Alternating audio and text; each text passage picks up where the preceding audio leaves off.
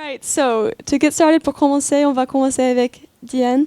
Et je vais vous poser quelques questions par rapport à votre maison d'édition. Donc, déjà, quelle est cette collection de la maison? Alors voilà, heureusement, Caroline nous a apporté un livre. En fait, c'est une collection que j'ai commencée... Ah pardon, je vais peut-être l'allumer. Si. Voilà, excusez-moi. C'est une collection que j'ai commencée il y a plus de 30 ans. En fait, on a fêté les 30 ans de la collection l'année dernière.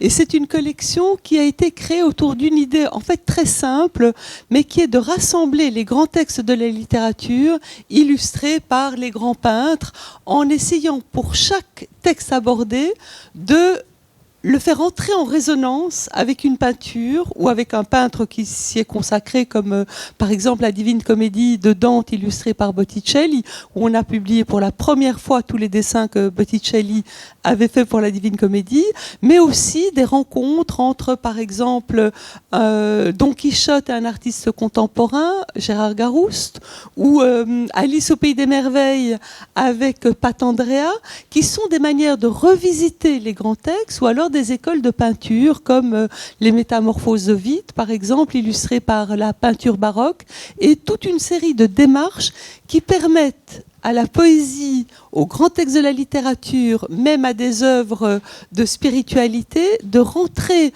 en dialogue avec une peinture qui va les mettre en valeur et nous faire rentrer à un autre niveau de lecture. J'aimerais lire à ce propos un petit poème de Emily Dickinson, parce que je pense qu'il résume très très bien la démarche que nous poursuivons depuis plus de 30 ans. Alors, pardonnez-moi pour les anglophones, je vais le lire en français, mais je pense que Françoise le lira en anglais derrière moi. Voilà. Et c'est un petit peu ce qui a animé toute cette collection et ce qui la représente. Je mourus pour la beauté, mais à peine étais-je ajusté dans la tombe que quelqu'un, mort pour la vérité, fut couché dans la chambre à côté. Il me demanda doucement « Pourquoi es-tu tombé ?»« Pour la beauté, répliquai-je. Et moi, pour la vérité, qui ne font qu'un. Nous sommes frères et sœurs, dit-il.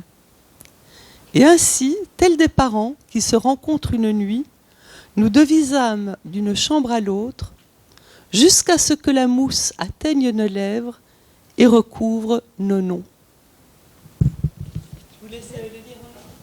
I died for beauty. Oh, which should I died for beauty, but was scarce adjusted in the tomb, when one who died for truth was lain in an adjoining room. He questioned softly why I failed. For beauty, I replied, and I for truth. Themselves are one, we brethren are, he said. And so, as kinsmen met a night, we talked between the rooms until the moss had reached our lips and covered up our names. Est-ce qu'Emily Dickinson a répondu à votre question? Oui, très clairement. Merci. Et alors, en quoi consiste la fabrication de ces œuvres? What goes into making these books? Alors, chaque livre demande plusieurs années de travail, parce que c'est bien gentil de dire qu'on va prendre un grand texte de la littérature et qu'on va l'illustrer, mais en fait, il y a toute une démarche déjà pour choisir quelle va être l'illustration qui va accompagner tel poète ou tel écrivain, ou alors quel est le texte qui va accompagner telle école de peinture. En l'occurrence, pour Emily Dickinson, l'idée au départ était j'avais envie de publier la peinture américaine du début du XXe siècle, qui était très peu connue. Et donc, on avait pensé à Bob Dylan. Pourquoi Bob Dylan? Mais il est prix Nobel de littérature, on va l'insérer dans la collection. Et on trouvait l'idée absolument excellente, sauf que quand vous traduisez Bob Dylan en français, c'est absolument illisible. Et c'est plat et ça n'a aucun sens, et voilà. Donc on s'est dit on va un peu perdre nos lecteurs avec un projet comme celui-là, et on ne gagnera pas les amateurs, les fans de Bob Dylan, qui n'en ont rien à faire de nos peintures du XXe siècle, a priori en tout cas. Donc, et alors, la cerise sur le gâteau, c'est qu'on a quand même poussé la démarche jusqu'à demander à Bob Dylan s'il serait d'accord de participer à cette édition, et il nous a opposé un refus qui, quelque part, était totalement rassurant. Voilà, ça c'est l'histoire pour vous montrer que les projets ne tombent pas du ciel comme ça. Et nous avions à l'époque Valentin, qui est peut-être là, Valentin, qui travaillait dans la maison d'édition et qui était en stage, qui avait fait un mémoire sur la peinture américaine. Et donc on lui a demandé qu'est-ce que tu en penses, est-ce que tu as une idée? Et il nous a répondu Emily Dickinson.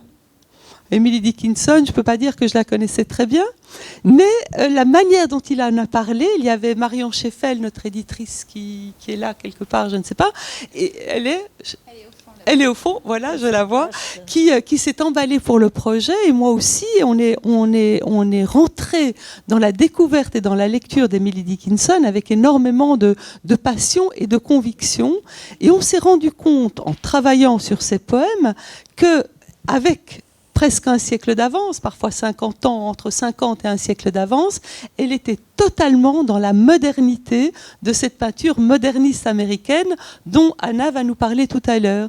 Et ça a été vraiment un bonheur et une révélation de se rendre compte de son écriture, de sa pensée, de tous les thèmes qui l'obsèdent, la mort, la transcendance, la nature, l'amitié, les émotions en tout genre, et que cela correspondait parfaitement à cette peinture que nous découvrions en même temps, parce que comme tout bon français que nous sommes, nous connaissions Édouard Hooper, nous connaissions Georgia O'Keeffe grâce à l'exposition de Beaubourg, merci Anna, parce que je sais qu'elle a eu du mal à l'imposer dans la mesure où Georgia O'Keeffe n'était pas connue et que tout le monde lui disait c'est une artiste mineure et ça ne fera venir personne.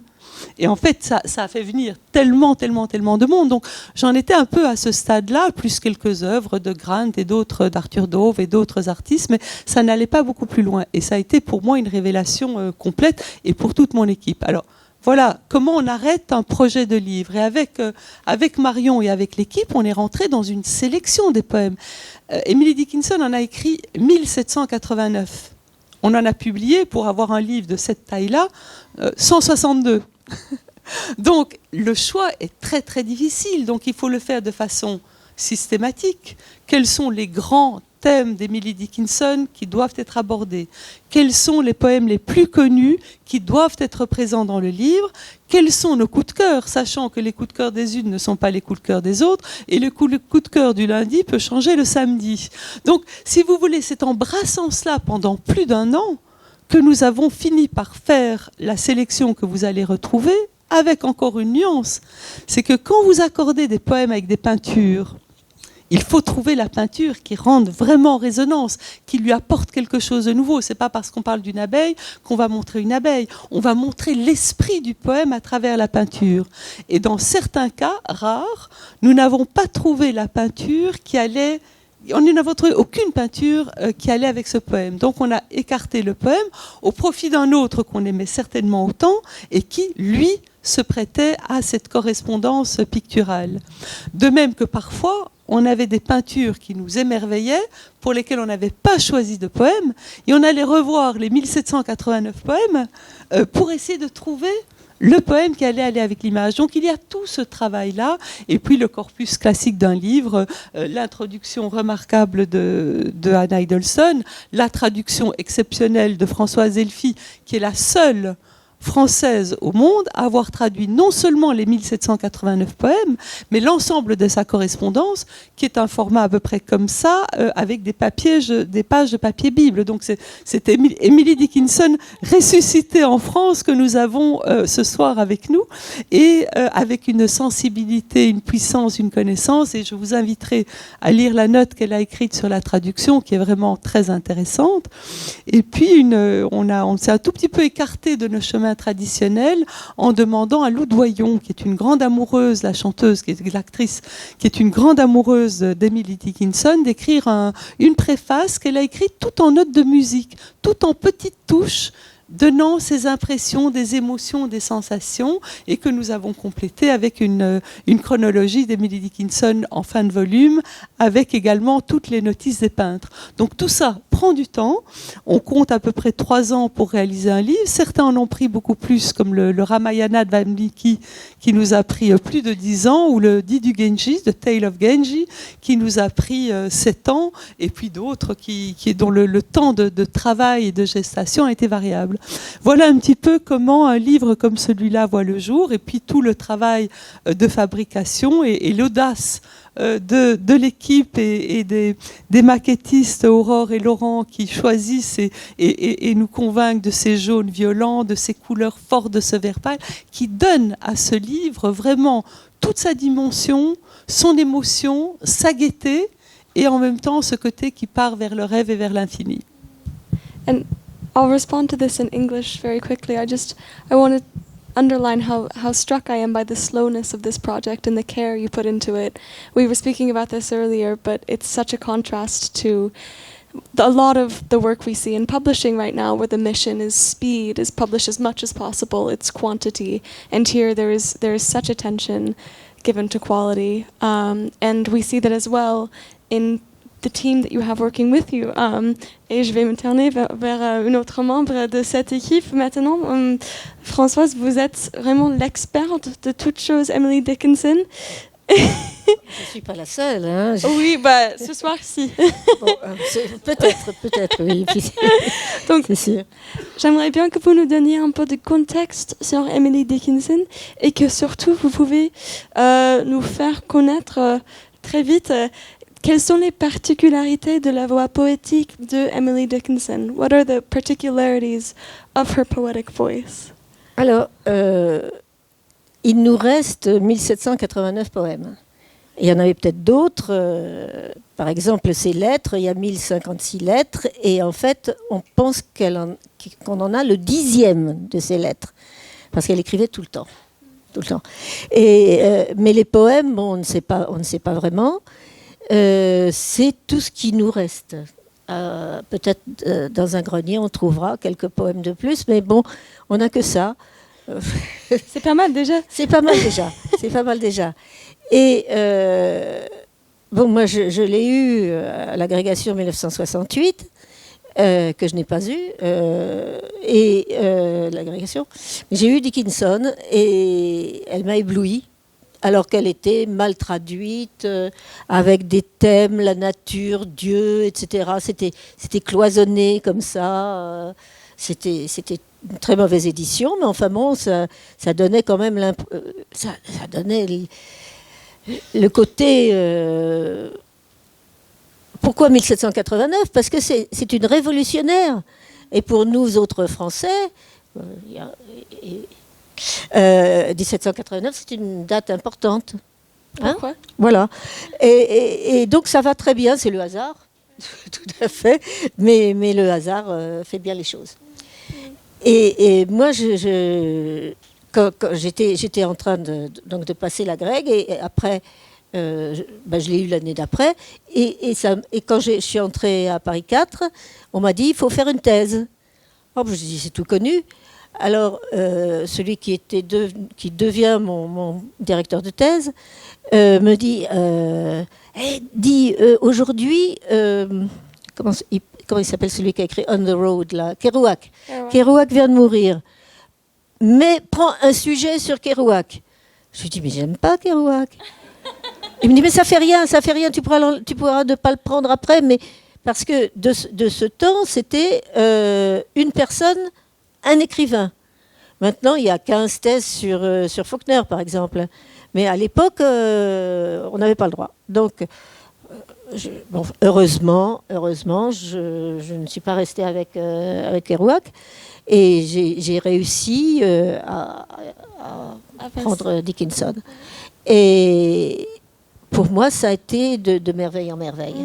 Je la trouve sublimissime, adorable, mignonne, charmante. Je vis avec elle depuis beaucoup d'années et je l'aime. Voilà. for those who may have missed it, Françoise has said that she's lived with Emily Dickinson for many years, which is a really lovely way to put it, and something that strikes me in the way that you write about Emily Dickinson. Well, there are two branches here, and we'll explore both. So you write about Dickinson, but you're also her translator. And she's quite challenging to translate because she breaks with form and style a lot. Elle utilise des ponctuations un peu bizarres, elle utilise beaucoup de points d'exclamation. Il y a un exemple que vous mentionnez dans votre préface de traductrice dans ce beau livre, qui est le mot awe, A-W-E. And you talk about your experience of translating this word awe. C'est très très difficile. Awe, A-W-E, c'est trois lettres. Et ça veut dire en français la terreur sacrée. Devant le divin. Et elle est souvent traduite par terreur ou je ne sais plus exactement. Mais ça va pas. Il faut qu'il y ait la terreur, il faut qu'il y ait le sacré. Et donc on est obligé de rallonger. Mais je préfère rallonger plutôt que de dire quelque chose qui ne correspond pas. Mais malheureusement, ce sont les choses trappes de la traduction. Qui font que c'est pas toujours facile. Hein. Et donc pour vous, est-ce que lorsque vous dites que vous aviez vécu, que vous vivez avec Emily Dickinson pendant plusieurs années, est-ce que traduire sa poésie, c'est une manière de vivre avec elle Ah mais bien sûr, oui. Bien sûr, parce que les 1789 poèmes, j'ai mis 6 ans. Hein, j'ai attendu la retraite parce que j'avais des cours à faire et je préparais mes cours bêtement, c'était ridicule et du coup j'avais pas le temps de faire autre chose et j'ai pris ma retraite très tôt, j'ai eu la chance de la prendre à 60 ans pile et donc je me suis lancée dans Dickinson. Et j'ai eu encore de la chance, à savoir que l'année où j'ai fini ma traduction, alors j'ai acheté toutes les autres traductions, j'ai jeté un coup d'œil. J'ai dit, Françoise, elle n'est pas si mauvaise que ça, ta traduction. Et donc, j'ai trouvé un éditeur, il y en avait même 2, je ne sais plus quel était l'autre, c'est Flammarion qui a gagné, c'est le Flammarion dont j'ai reçu le papier le plus vite, parce que Dickinson était encore à l'agrégation, et les agrégatifs, ceux qui préparent l'agrégation, les Français n'aiment pas trop la poésie et je me souviens de mes étudiants, non madame, pas de poésie. Bon. Ce qui était un peu vexant. Mais là, ma traduction a été du pain béni pour tous les agrégatifs qui enfin allaient comprendre un petit peu quelque chose à Dickinson. Parce que c'est vrai qu'il y a des poèmes qui sont très, très difficile à comprendre. She resists interpretation, understanding in a lot of her work. Oui. And il y a un poème où elle dit "Good to hunt and hear them search or hear them. Glad to be caught." Mais elle, je dirais pas, elle challenge, hein? Non. Elle met un défi à tous ses lecteurs en rendant pas les choses si faciles que ça. Et donc il faut l'amadouer, il faut la séduire, il faut parfois la brutaliser. Oui. Et lui dire non là, Émilie, tu exagères. Enfin, en fait, Émilie, je n'aime pas qu'on l'appelle Émilie. Je trouve ça un peu trop familier.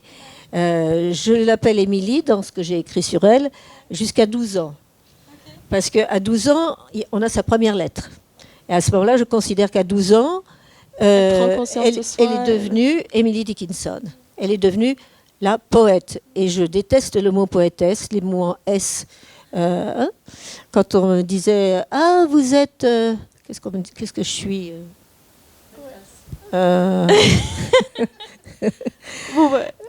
Je suis tout à fait... Je trouve pas. Oui. Mais il y a des mots que j'aime pas, les mots en S, les mots en as, et surtout par rapport aux femmes. C'est toujours un point inférieur. Une poétesse, c'est quand même un petit peu inférieur à un poète. Et donc, pour moi, je dis la poète ou le poète, je m'en fiche, l'un ou l'autre, je sais pas. On n'a pas encore fini de Oui. Voilà. Bon, on va peut-être passer à la poésie Oui. de cette poète. Bien sûr. Avant d'arriver à la poésie, il faut tourner un peu vers la peinture aussi. Oui. Turn towards the painting before we get to the poetry, and then we'll be looking at some examples of poems and paintings that have been put in conversation in this work. So Françoise, something that we've just highlighted is the way that Emily Dickinson, as you says, challenge un peu ses lecteurs. She challenges us a bit. She resists direct interpretation, and in fact, there's a sort of polysemic quality to her work. There are multiple angles of interpretation, multiple ways of approaching it and giving it meaning. And this seems to be in conversation with modernist painting, which is what makes the correspondence between the painting and the poetry so wonderful in this work. And so when we consider the painters that we have in this book, we have Hopper, we have O'Keeffe, we have Arthur Dove. These aren't typically the painters that you see on the, in the biggest and most luxurious room of the MoMA. In fact, they're sort of at the margins of modernism. So what are these competing definitions of modernism that we have here? I wouldn't say they're really competing definitions. These artists, Arthur Dove, Georgia O'Keeffe, Charles Sheila. Have I not put it on? Yes, I have. Closer. That's better. They're what we call the early modernists, the painters that we know and that we see in the museums. That's the Pompidou Centre as well as the MoMA. People like Jackson Pollock, Mark Rothko, Ellsworth Kelly, all these big names that you know, and that are mostly paintings from the 1950s onwards, 1940s, 1950s. This early modernism is really began in the early 1900s. It's little known. Why is it little known? It's a very good question in France and in Europe, because this man called Alfred Barr, who was the first director of the MoMA in 1929, did a sort of diagram of modern art, of what it was. And it began with Cézanne as the father of modern art, and then it went through Cubism, Futurism, and then through to abstract expressionism. And all of the more, how can I put it, organic abstraction, which you see in painters like O'Keeffe or Arthur Dove, the more maybe emotionally driven painting was totally put to one side. And this was endorsed by the Americans, by a critic called Clement Greenberg, who really put aside all of that early modernism. And the European museums, the French museums included, followed that diagram to the letter. So Cézanne, Cubism, very formalistic, very analytical. And that's why we find very few of these paintings. I mean, we have one work by O'Keeffe in our Pompidou in the Musée National, and it was a donation in the 1990s, I think. Wow. So that's, I mean, to be fair, in America, there's the Whitney, which now has which is an American collection of these early modernists, but they are much less well known. And I'd love to hear more about the sort of stylistic and thematic features that are central to this early modernist period. And I think the best way to do that is through examples themselves that you can use your expert curatorial vision to walk us through. So if we could pass to some of the paintings that are further in the slides. One more. One is the one that's going to come up first. No, not that one. This one. Oh yeah, nope. We can do that one. But if we could, can we start with? Carry on. Yeah, we could start with that, I guess. Or Georgia O'Keeffe, the tree, or the next one afterwards. There we go. That's best. I don't know if you can see it that one actually. We didn't have this in the exhibition because we couldn't. They wouldn't lend it to us. We did just open after COVID, so that was our excuse. But this is called the Lawrence Tree, and it's by Georgia O'Keeffe. Why is it important? And I suppose it resumes as well the link between Dickinson and these painters, which is actually purely intuitive. So when I had to write this essay, Diane, I was thinking, how am I going to do this link between Emily Dickinson, who was writing almost a century before these painters were painting? They never mention her.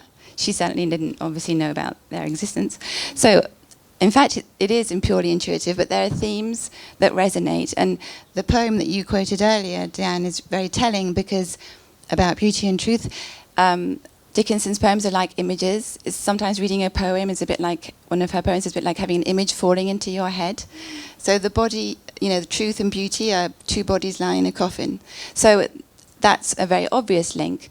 Beyond that, there is this deep fusion with nature and this deep sense of harmony, but not only with nature, but with the kind of the universe. and one's place within the universe in this very holistic, pantheistic even, relationship with the world that surrounds both Dickinson and painters from this early modernism. So that's really what resonates most profoundly.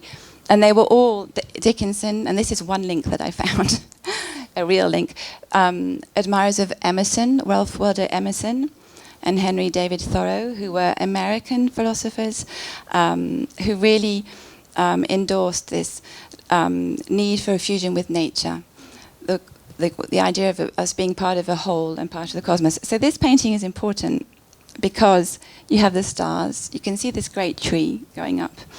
It was the tree, it's a pine tree, that was in front of the ranch where D.H. Lawrence stayed in New Mexico and where Georgia O'Keeffe later stayed. They didn't meet each other. But she was very much in admiration of him. And I don't know if you've read Lady Chatterley's Lover, any of you, but it's very indicative of Lawrence's belief, which is the same as the early modernists, that we should go back to a kind of primal self, our primal selves, our sort of essential urges, which is often linked to a sexual urge, and that this is a kind of way of opposing technology, industry, all of, we're talking in the 1920s, 19-teens, I suppose, and that this is actually the way to true art and the way to truth. So Georgia O'Keeffe totally, was in that frame of mind. So she painted this tree in kind of homage to Lawrence. But what's important is the stars, because in Emerson's essay on nature, one of the first things he talks about is the stars that you can see in a city. And those stars remind us of that link that we have with what he calls sort of this universal being, in fact, this link we have with the universe. And it goes back to a kind of pantheism, that search for something spiritual. And this is why it goes back to why we're not seeing these paintings in our collections, because that belief in a kind of inner spirituality, and the art should be a reflection of that, or an expression of that inner spirituality, that inner need, the vibrations of the soul, comes from Kandinsky. And Kandinsky was a huge influence for all of these artists. And so it stems from that kind of emotional response to nature. Voilà. I could go on, but I'll stop. We would love for you to go on. Je vais vous poser la question suivante en français parce que... Can I answer in English? Yes, Okay. absolument, c'est juste pour notre public français. Et du coup, c'est une question par rapport aux États-Unis, mais vous avez écrit dans votre introduction dans ce livre que ce qui motivait un peu ce mouvement de early modernism, c'était un esprit de vouloir se distinguer un peu du modernisme européen.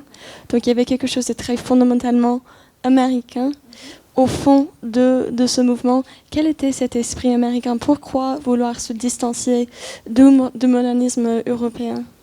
That damned French flavour, as Alfred Stieglitz called it.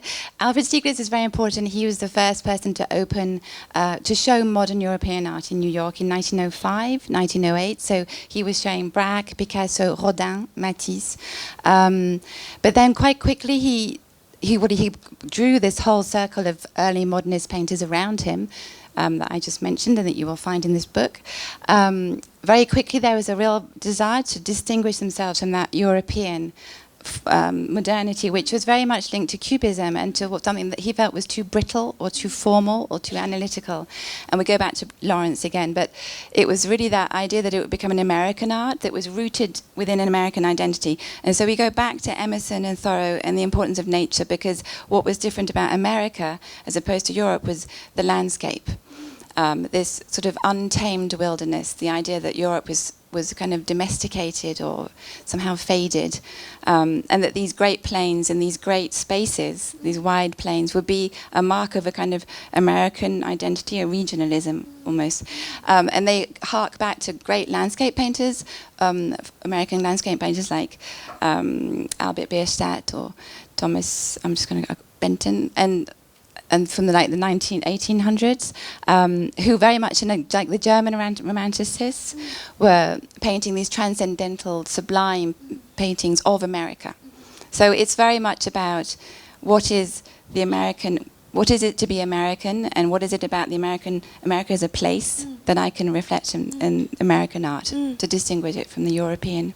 It's so interesting that there's what I identify as a tension between this regionalism, but then also this quest for the universal, for space that is in complete harmony with the meaning of space itself, of landscape, which is not located to the particulars. Françoise, j'aimerais bien revenir vers vous pour vous demander si on parle de cet esprit américain qui est un esprit de valoriser le paysage, ce qui est ouvert à tout. Où est-ce que vous localisez, vous identifiez cet esprit américain dans la poésie d'Emily Dickinson? Ou est-ce que vous pensez que sa poésie c'est plutôt universel, qu'il faut pas le réduire à cette identité d'américaine, d'écrivaine américaine? Je suis économe. C'est en fait les deux. Elle est typiquement américaine, elle le dit, hein, I see New Englandly, je vois comme les gens et même pas seulement américaines, mais de Nouvelle-Angleterre. Mais qu'est-ce que ça veut dire d'être typiquement américaine? Pour elle, elle est de Nouvelle-Angleterre. Okay. Elle dit que sans la neige, l'hiver serait un mensonge pour elle. Bon, et des tas de choses comme ça. Elle aimait son pays, elle aimait la nature de son pays. Bon, elle le dépasse beaucoup parce que une de ses grandes images, c'est le volcan. C'était une femme qui avait, il y a un bouquin sur la folie chez les femmes. Les femmes au XIXe siècle n'avaient pas le droit d'être en colère. Et c'est je retrouve plus. Et donc elle distrait ça, mais elle aime l'Amérique, mais elle aime aussi. C'est vraiment tout petit. Son village était minuscule. C'était vraiment un village à Hearst à l'époque. Et il fallait aller chercher l'eau au puits. Enfin, c'était une. Quand je vois les films avec Dickinson, on l'a fait danser comme alors que en fait elle était plutôt à la campagne et elle faisait plus la vaisselle que danser, ce qu'elle n'aimait pas du tout faire d'ailleurs. Mais comme tout le monde, oui. Je sais pas, il y a souvent une vue aristocratique. On dit c'est les Dickinson, c'est de l'aristocratie américaine. Ben oui, mais l'aristocratie américaine ne ressemble pas du tout à l'aristocratie anglaise ou française, et c'était pas si aristocrate que ça. Donc il y a beaucoup de choses où il faut se remettre dans son cadre. Et je viens de me rendre compte que nous avons discuté de ce tableau, mais nous n'avons pas montré le poème qui l'accompagne. Ce serait possible de passer à la slide suivante. Donc, j'aimerais bien qu'on lise ce poème. Françoise, est-ce que vous souhaitez le lire en anglais? Je peux. Vous arrivez à voir? Je vois très bien, oui. Je suis un peu tordue, mais c'est pas grave. To hear an oriole sing may be a common thing or only a divine. It is not of the bird who sings the same unheard as unto crowd. The fashion of the ear attireth that it's here, in dun or fair. So whether it be rune or whether it be none, is of within. The tune is in the tree, the skeptic shows me. No, sir, in thee. Hein? La musique, elle est en toi. Elle est en toi. Donc, et là, on saute de l'oriole, qui est un loriot en français, et je n'ai jamais vu des loriots, et on va à l'international. Hein. C'est en toi. Hein, la musique de l'oiseau est en toi. Donc à ce moment-là, on peut le traduire dans toutes les langues du monde. C'est universal. C'est exactement ce dialogue entre le particulier et l'universel. Est-ce que, Diane, vous souhaitez lire en français ce poème? C'est-à-dire que pour répondre à votre question d'un point de vue d'amateur que je suis, qui découvre à la fois la poésie d'Emily Dickinson et la peinture américaine, ce qui m'a véritablement fascinée, c'est de voir comment la peinture moderniste américaine, ces peintres vont au bout des paysages. Ils essayent de le pénétrer complètement. Ils sont dans la figuration la plupart du temps, mais dans une figuration qui est poussée très très loin parce qu'ils essayent de dépasser les paysages et de mettre tous leurs sentiments dedans, toutes les couleurs, toutes les formes, et de vraiment l'aborder de la façon la plus globale possible. Et la poésie d'Emily Dickinson, elle va au fond des paysages. Quand elle parle de l'abeille, quand elle parle de l'herbe, quand elle parle des émotions, quand elle parle de tout ce qui l'entoure, elle va également au fond de ce qu'elle voit, au fond de ce qu'elle vit. Et il y a cette intensité chez la poète et chez ces peintres modernistes américains qui ont cet élan commun d'aller vraiment au-delà d'eux-mêmes et dans une forme de spiritualisme, comme le dit Anna, qui fait que peinture et poésie sont transcendées l'un par l'autre. Voilà, c'est un petit peu ça ce que je ressens et ce que j'ai ressenti en travaillant sur ce livre. You can see it in the Arthur Dove painting, actually, which is just after this one. Yeah. So what's interesting about this painting and the link with the poem that it illustrates is the kind of microscopic macro. So you don't know the scale of this painting. So Arthur Dove, part of the Stieglitz circle, very close to Georgia O'Keeffe, lived on a barge, in fact, with his wife Helen Torr, who is another very good painter, who was only shown twice during her lifetime. And what was interesting for them was to find the spiritual essence of nature, but a kind of essential harmony as well. And what you were saying, Diane, a sort of truth, and these forms of nature, they would make these incredibly abstract patterns out of them that were taken also from principles of Japanese composition, the harmony of Japanese composition. But if you compare it to the poem, what's interesting is that this sense of scale, because it's like we're plunged into the kind of like the clover and the grass. The bitterness yes, of it. The bitterness of it, like the very inside of it. And yet he's made this very abstracted pattern out of it. So all of these painters, and actually similar to Emily Dickinson, maybe you'll correct me if I'm wrong, but this is my idea, they're sort of between abstraction and figuration as well, that there's a kind of, as is Emily's poetry as well by moments, that sometimes it's very clear and figures are embodied, concepts, right, abstract concepts become figures. So there's this sort of continual shifting between abstraction and figuration is very much part of what is characteristic of their works. And it leads to someone like Hopper, who is a figurative realist painter, but his compositions are actually still incredibly abstract. And there's something about Hopper's paintings, but maybe I'm going on too far. There's something about the women that he paints that sort of carry the very essence of Emily Dickinson in their very being almost, I felt, when I looked into them. But anyway, I'll look at the painting. Well, we have to get to Hopper then, but I'd love for us to first read the poem that's accompanying this painting as well. If we could pass to the next slide. It's short. It's short. François, je peux vous demander? When I see people whom I like, I give them this poem. Oh. I write it down on, like Dickinson, on an Oh, envelope, that's lovely. on the paper surrounding the meat or something. And I love it. To make a prairie, it takes a clover and one bee. One clover and a bee, and reverie. The reverie alone will do if bees are few. Et là, vous voyez que ce qu'elle faisait là, dans la maison, c'était les gâteaux et les pains. Et c'est présenté comme une recette. Hein? Vous prenez une abeille, vous prenez un trèfle, un seul ça suffit. Hein? Ah non, mettez pas 2 œufs, mettez-en qu'un, vous voyez. Et voilà, et elle vous donne un poème magnifique. Oui, oui. Et c'est en sorte ce projet d'abstraction aussi, d'aller du multiple au simple, à ce qui est singulier, à ce qui est unique. Mm-hmm. Oui. Oui. Oui. Est-ce que c'est presque le temps pour passer aux questions, mais j'aimerais bien qu'on regarde le tableau de Hopper. Yeah. Oui. C'est le dernier. This is coming after. So Hopper's an incredible painter you probably know. He's probably one of the most well-known, actually, Hopper and O'Keeffe. Yeah, it's on. So he's slightly different from the early modernists because he's painting in the 40s, so he's painting at a later time from O'Keeffe and Dove, who are more in like the teens and the 20s. But he's taking from them that sort of harmony of composition I was talking about earlier, and you can see it very much in the tableau, in a painting like this one, with these very strong verticals.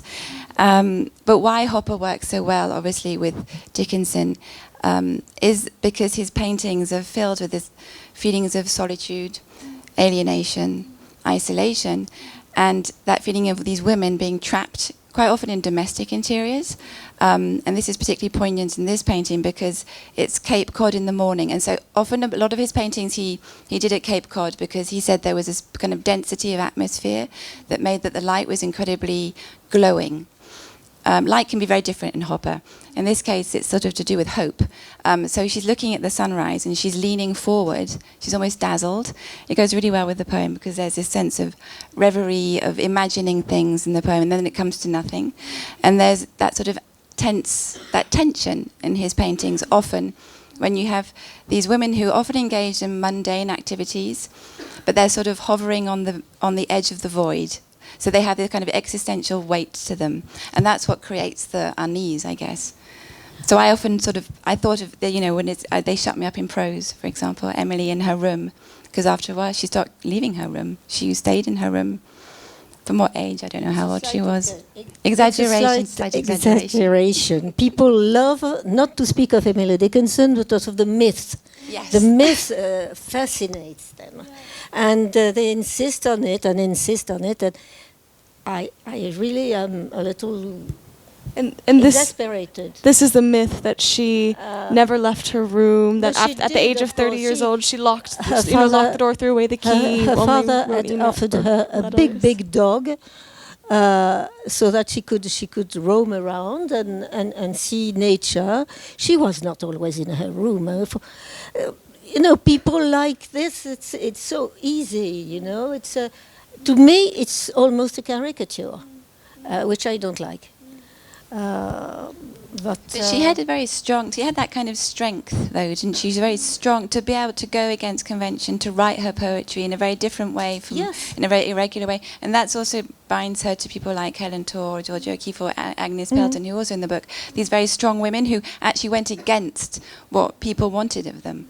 And who lived Georgia lived 40 years in the New Mexican desert on her own, with 2 dogs. Of course. She had 2 dogs. Higginson didn't stop to tell her that her poetry was not right, that she should write in another. She said, yes, you're right, and she went on with what she wanted to write. And she shared her poetry with her contemporaries as well. She wasn't totally isolated. Moi, je me souviens des sonnets de Shakespeare. Les sonnets de Shakespeare, avant d'être publiés, ont été lus par toute l'intelligentsia de l'époque. Et les poèmes de Dickinson, il n'y en a que 6 qui ont été publiés de son vivant, mais tous ses amis en recevaient des tonnes. Sa belle-sœur Sue en a reçu le maximum. Après c'est Higginson. Et puis, mais elle envoyait des poèmes à une dizaine, une quinzaine de personnes. Donc il y a eu une espèce de publication privée. Ce sont des poèmes dont elle gardait des copies ou bien qui ont été envoyés par les différentes personnes qui les recevaient. Comment est-ce que ces poèmes qu'elle envoyait à ses amis font partie du corpus ou sont des poèmes perdus? Alors, il doit y en avoir des perdus, mais elle en avait plusieurs. Puis elle avait ses variantes. Alors, je dois dire que ma traduction manque ce que fait Claire Malroux. Elle traduit les variantes aussi, parce que les variantes sont très intéressantes. Mais je ne pouvais pas faire les deux. Et donc, elle les gardait, elle les corrigeait, elle les reprenait. Et c'est pour ça qu'on ne sait pas très bien non plus leur date, puisque c'est daté par l'écriture, et qu'il est très, très possible qu'elle ait écrit un poème en 1862 et qu'elle l'ait repris en 1870. Et à ce moment-là, si on ne fait attention qu'à l'écriture, on dira c'est un poème écrit en 70. Ben non, c'est pas on n'en sait rien. Il y a des tas de choses où on est dans le mystère absolu. Ouais. Absolu. I think it's so interesting what you've said about the mythology of Emily Dickinson as well, and there's a lot that we could go into if we had more time about the mythology. We're going to get to that just a second. The mythology of America and of female American writers, the way we cling to this notion of fragility and torture and tragedy. But as has just been kindly pointed out to us, we need to read the poem that accompanies this painting, and then we need to open it up to questions from our lovely audience. So, Françoise, you have the last words. They called me to the window, for it was sunset, someone said. I only saw a sapphire farm and just a single herd of opal cattle feeding far upon so vain a hill as even while I looked dissolved. No cattle were, no soil, but in their room a sea displayed and ships of such a size as crew of mountains could afford, and decks to seat the skies. This too the showman rubbed away, and when I looked again, no farm, no opal herd was there, no Mediterranean.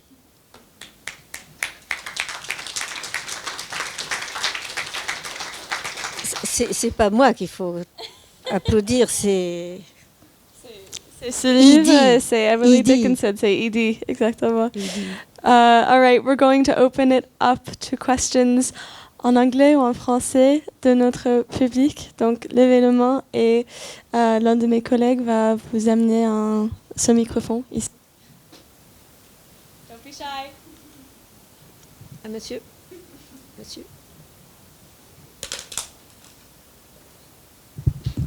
So thank you. I will ask my question in English, and I will first thank you for this absolutely marvelous presentation. Emily Dickinson was my favorite poet in high school, which was a few years ago. So I'm also Just very like me. interested, living a bilingual, bicultural life. I've been called upon informally to translate. So I would like to hear a little bit more about the problems of translation. If you can give one, you spoke about the difficulty translating the word awe.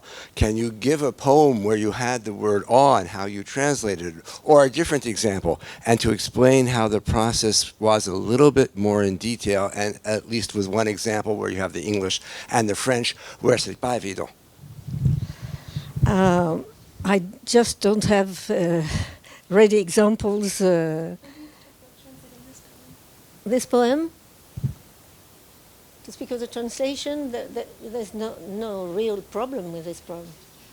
Can I just say I sometimes found it easier to understand what Emily Dickinson was talking about when I read the French version as opposed to the English version as an English person, which was actually... So you clarified many things for me, Françoise. Tant mieux, tant mieux. If we can go back to a poem that's a couple slides earlier, there's a part, Françoise, what I found as well, that your work as a translator, yes, distilled, Poetry. yes, this one, where there's a line here where she says, so whether it be rune, and you've written ainsi alphabet runique.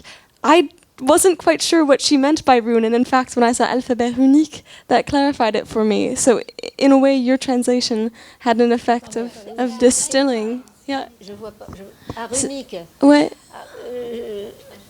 J'avais cherché ce que c'est, il doit y avoir une note, mais je me souviens plus ce que c'est, moi. Alphabet runique, c'est... Il n'y a pas quelqu'un qui c'est saurait ce alphabet que ça veut runique. dire, runique. Et déjà, c'est plus clair que rune. Donc c'est... Oui, j'ai essayé, parce que j'ai cherché dans le dictionnaire, bien sûr.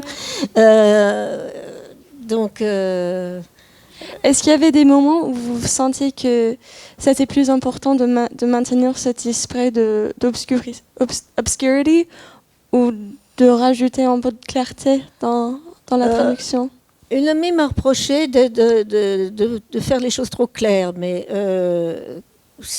moi je trouve qu'un poème qui n'a aucun sens, c'est pas intéressant. Donc j'ai cherché le sens au maximum. Et parfois j'ai trouvé, je ne suis pas sûre de l'avoir trouvé pour tous, mais elle aimait les mots flamboyants. hein. Et donc, il y a des mots comme ça qui sont la circonférence, qui a un sens éternel. Le paradis, qui ne veut pas forcément dire le paradis de Dieu, ça veut dire le paradis. Pour elle, le paradis, c'était son jardin, c'était la nature, c'était la vie en général. Hein, simplement. Il y a aussi la prose qui veut dire la raison. Oui, voilà. Oui, c'est ça. Et puis une autre chose qui m'avait beaucoup frappée quand vous parliez de la traduction, c'est de dire que quand il y a des mots entre incises, on ne sait pas toujours si le mot entre incises s'accorde avec le mot qui est avant ou la proposition qui est à l'avant, ou qui la suit, ou qui est au contraire totalement indépendant. Et Françoise m'expliquait que parfois elle devait faire des choix parce que lire et relire le poème et vraiment réfléchir au sens profond pour voir si Emily Dickinson voulait relier telle idée ou telle autre, ou au contraire lâcher un mot au milieu des incises, et que ça a été un combat assez sérieux entre Émilie et Françoise pour aboutir à une traduction qui lui paraisse la plus juste possible et interprétée. Mais bon, c'est effectivement très difficile. Je me souviens de nuits d'insomnie où tout d'un coup un quatrain me paraissait clair. Après 6 mois de lutte, et peut-être que j'avais tort, mais j'en sais rien. Et tout à l'heure, vous avez passé très rapidement un poème qui commence par 4 trees. Et c'est exactement ce que dit Diane. Oui, et puis on a le tableau de Vous avez là 4 trees upon. Alors, elle écrivait upon. Bon, avant, il mettait upon, parce que c'est un peu chiqué, mais enfin, ça fait rien. 4 trees upon a solitary acre, without design or order or apparent action, maintain the sun upon a morning meets them. Alors là, vous avez donc maintain qui est des deux côtés. 4 trees maintain the sun et the sun upon a morning. Donc c'est à la fois il y a le sujet et l'objet qui sont reliés, et c'est pour ça qu'on parlait des tirets, parce qu'elle mettait beaucoup de tirets, et les tirets lui servent de lien ou de séparation. Alors des fois ça sépare, des fois ça lie, des fois les deux. Alors on ne sait pas très bien. Mais ce que je voulais dire aussi, c'est qu'à un moment, les spécialistes de Dickinson ont été très très loin dans des recherches sur les tirets.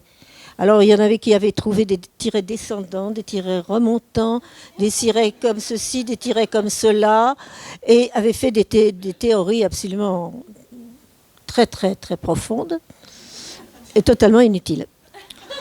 Alors, et je vais vous donner un exemple, parce que bon, j'étais à Amherst. Je ne sais pas si je vous ai raconté mon rêve, non ? Ceux de la dernière fois, je leur avais raconté mon rêve. Ça plaît toujours beaucoup. Et là,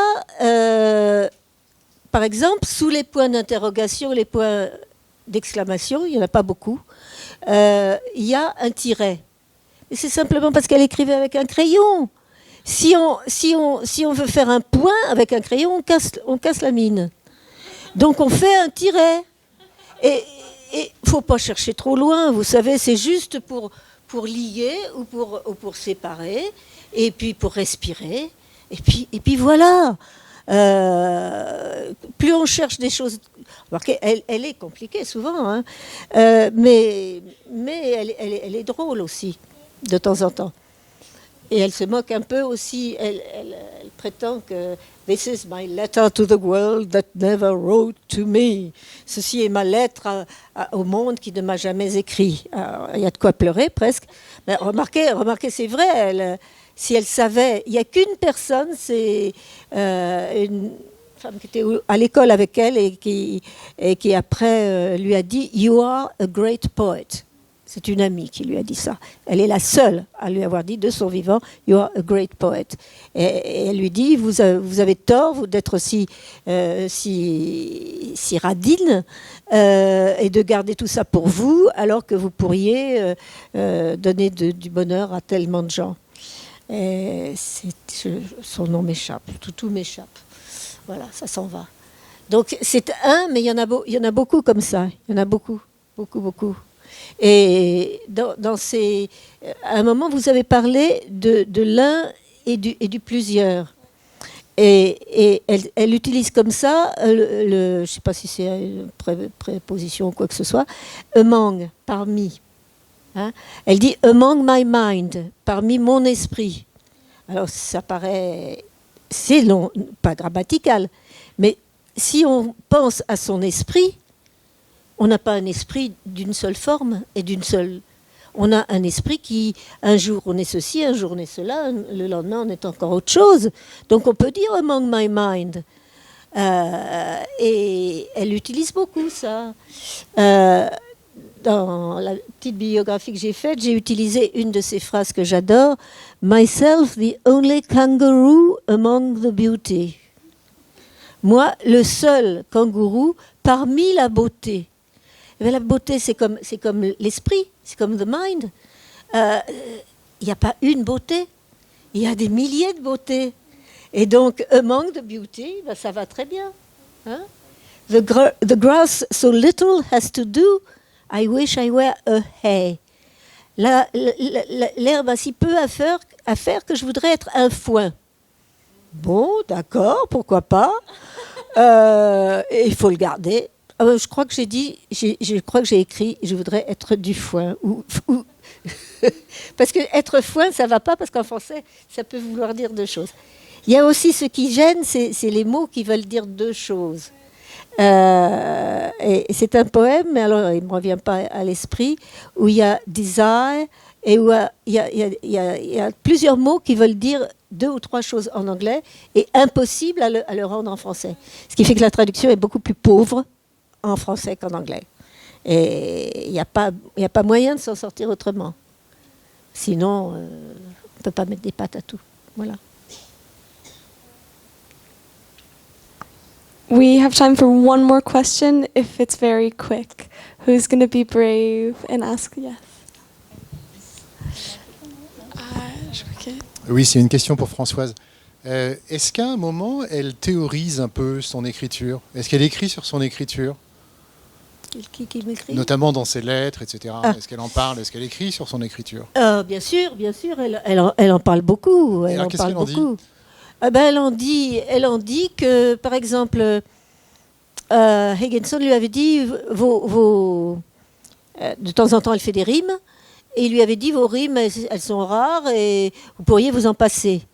Et elle a dit, cette fois-ci, parce que d'habitude, elle disait toujours oui à Higginson, même pour faire le contraire, mais là, elle répond que je ne pourrais pas enlever ces clochettes that cool qui rafraîchissent mon âme ou quelque chose comme ça.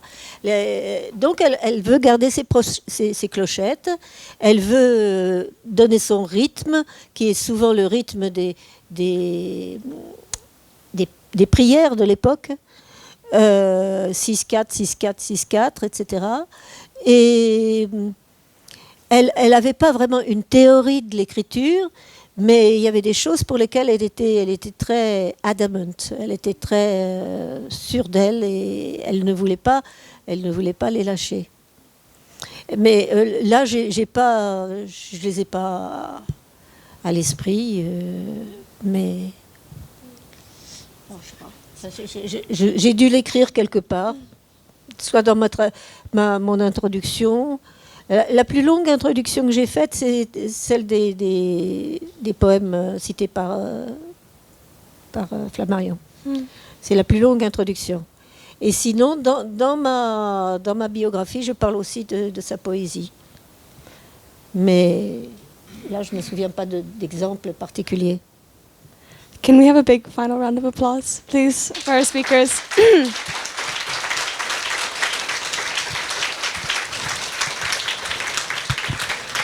Thank you all so much, Françoise, Anna, and Diane. Toutes mes félicitations pour ce livre incroyable. C'est un travail magnifique. J'encourage vivement notre public d'aller acheter ce livre. c'est un objet d'art en soi, c'est quelque chose d'exceptionnel. Et c'est vraiment à fêter ce soir. Donc, allez prendre un verre, allez regarder ce beau livre. Juste, je vais rajouter un mot. Oui. C'est que en voyant ces tableaux, j'ai découvert des poèmes d'Emily Dickinson auxquels je ne pensais plus du tout, que je les avais traduits, donc je les ai tous vus, mais il y en a que j'aime particulièrement, et il y en a que j'avais complètement oubliés, et cette édition m'a fait connaître une Dickinson encore plus neuve, encore plus riche, encore plus... parce que ce que je trouve chez Dickinson... Vous pensez que je suis partiale, bien sûr, probablement, mais pas du tout, pas du tout. J'adore Coleridge, mais j'aime 3 poèmes de Coleridge. Le reste est ennuyeux comme la pluie. Wordsworth, c'est pareil, le grand poète romantique. Il y a quelques poèmes qui sont magnifiques, mais le reste, qu'est-ce qu'on s'ennuie. Alors que chez Dickinson, bon, je dis pas qu'il y a que du bien, hein, non, il y a quelques poèmes un peu cucu quand elle joue à la petite fille, vous savez, etc. Mais sinon, il y a 99 poèmes sur 100 qui sont beaux et 98 qui sont magnifiques. Thank you, Françoise. Je ne suis pas partiale. Hein. Ouais. Non, Ouais. non, pas du tout.